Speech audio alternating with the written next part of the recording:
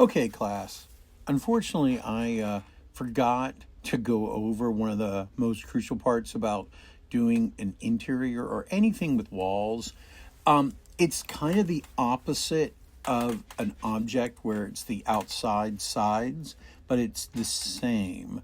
I'm not sure if I forgot just because I do it all the time and take it as second nature, or if I forgot because I'm just getting old. But definitely, I was my mistake in not covering it. But this video, I will try to do it, and I will show you how to do it when your set is at an odd angle. If it's not an odd angle, you can do it in a different way, similar but different, or do the same. But in this case, it will definitely do it for sets that have things not at right angles, okay, or not right angles to the center line or the plaster line. In this case, let's look at making wall A. Traditionally, objects are labeled clockwise from the left side of the paper to the right side of the paper, just like they were on that ground plan, A, B, and C. Okay, so in this case, this wall is what I'm going to do. Now, what I want to do is make a section drawing of it, but at the same angle as the wall. The section needs to be perpendicular to the wall, not the center line. So what I'm going to do is copy this wall, which is like the flat, that represents the flat, see? Okay, right there. And what I want to do is use that as a way to keep my angle. I will then delete it. But once we have that angle, we have the wall right here. We just go view like we do for everything else. Create section viewport, super simple. Come here, and you want it to be this exact angle. And you want the arrow to face toward what we want to see. Okay, all right, just like this. Here we go. In this case, viewport, we don't need this because we're going to use the title block, okay? And the viewport name isn't that important. You could call it, if you wanted to, wall A elevation, okay, create on layer. Let's create a new sheet. In this case, for me, I believe this would be like sheet 5, I think. All right, in my packet that we just looked at. All right, maybe sheet 6. But anyway, your packet numbers might vary depending on how many centerline sections you do.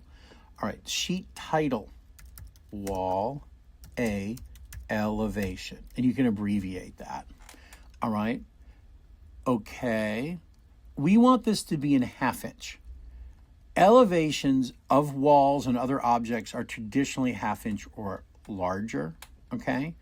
We are going to use hidden line, all right? Everything else is pretty much set fine, okay? We're going to hit OK. Now, I know what you're thinking. What's that giant dark line? That is our placement holder line. All we need to do is go back into what we were designing. In my case, it's called Design Layer 1, and we want to delete just this part right there. That's it. If we go back right here, we're going to hit Update, click on this, Update, there it's gone. Now, see how your section has this heavy, heavy, thick? Not that that's completely incorrect, but what we use in the theater for our sections, and it's also very common, is a crosshatch. Here's how you adjust that crosshatch. Sections are automatically on their own class. So you're going to go up and modify the class. And there's a couple ways to do it. Here's one way to do it. Access organization, access classes. And we've done this before. Section style, fill. You want to make this instead. You double click on that, or you can hit the edit button down here. Come up to solid, and instead, let's call that hatch. And we don't want aluminum. We want brick or default. Both of these are actually fine. Default might be a little better, a little more spread out. Okay, default. 3.5 is a little thin for a section line. I think you should do 0.5 for a section line. Hit OK. Hit OK. And look, this is now a nice section right here.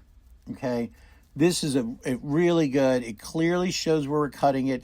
It shows this platform, which I think is important. A great place to put a person.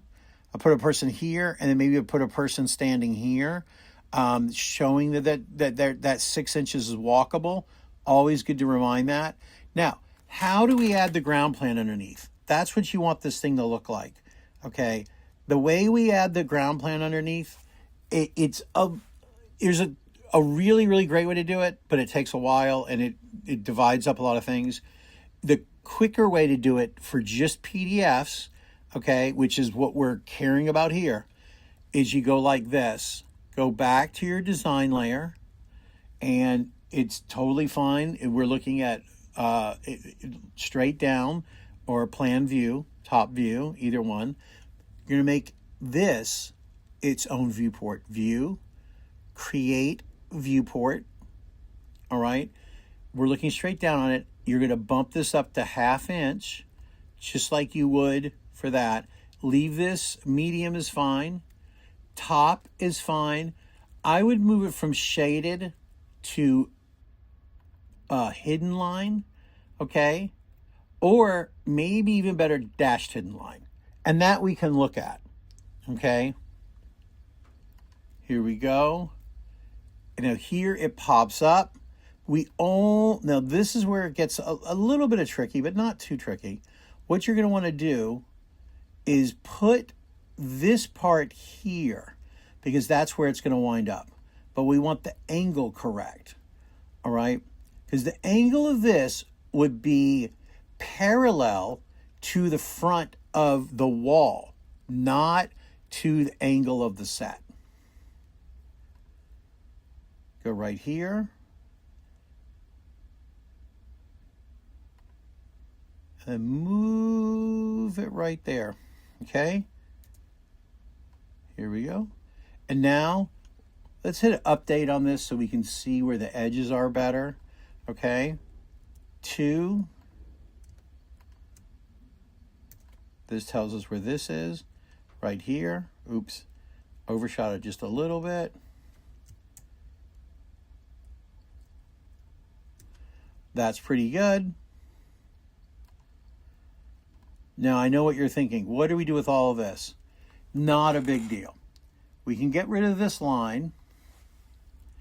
And what you're going to want to do is, in the viewport or on the sheet layer, it almost doesn't matter. Just make yourself a square, 4, and we're going to chop this off right about here, okay?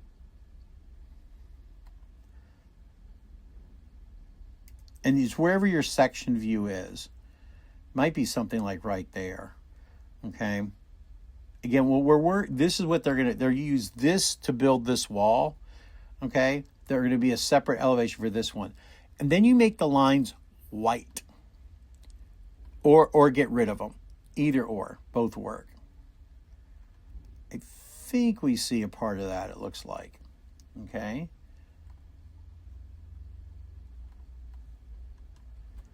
Move these up together a little bit, okay? And then, to make it look really pro, you add yourself like a cut line right here. Something like that, okay? Actually, you know what? We should do it on the annotations. So we'll move around with it. So you want to add yourself a cut line, something like this. Check this out. This is going to look cool. And then see how there's lines here? Totally fine. You're just going to go like this up to your move the reshape tool, and then just reshape this.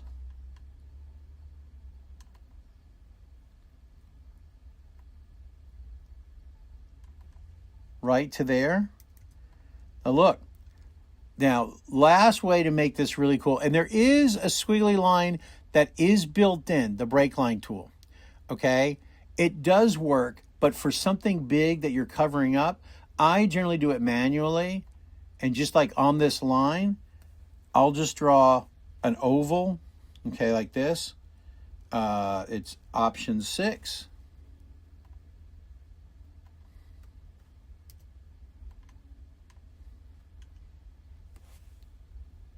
And give myself a second oval for the bottom side.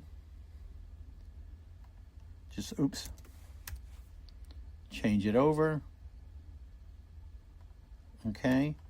And then we're going to get rid of the 2 halves of the oval like this. 1 half there, 1 half there. There we go. This is now a break line. And by saying it's a break line, it means the rest of the set continues on. Okay? And this just barely fits in on your page. Let's see if I can squeeze it up just a hair more to make sure it fits. I will bring over a final project. Let's grab a wall A right here. Oh, that was page 6. Okay. Bring it back. In this case, it's going to be like, I think it might just tell it 1, but there.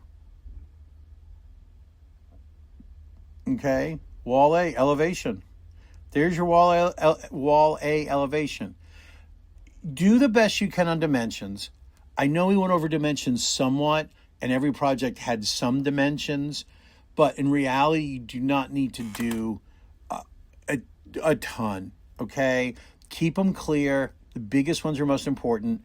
You could pull out one of these windows as a detail drawing, which is probably what I would do, and then put them on a whole sheet of paper running this way. That could be your construction drawing, but what I did right now is how you would set up for most all shows a wall elevation, or really any sort of elevation of something like this. All right, class, I hope to see you tomorrow.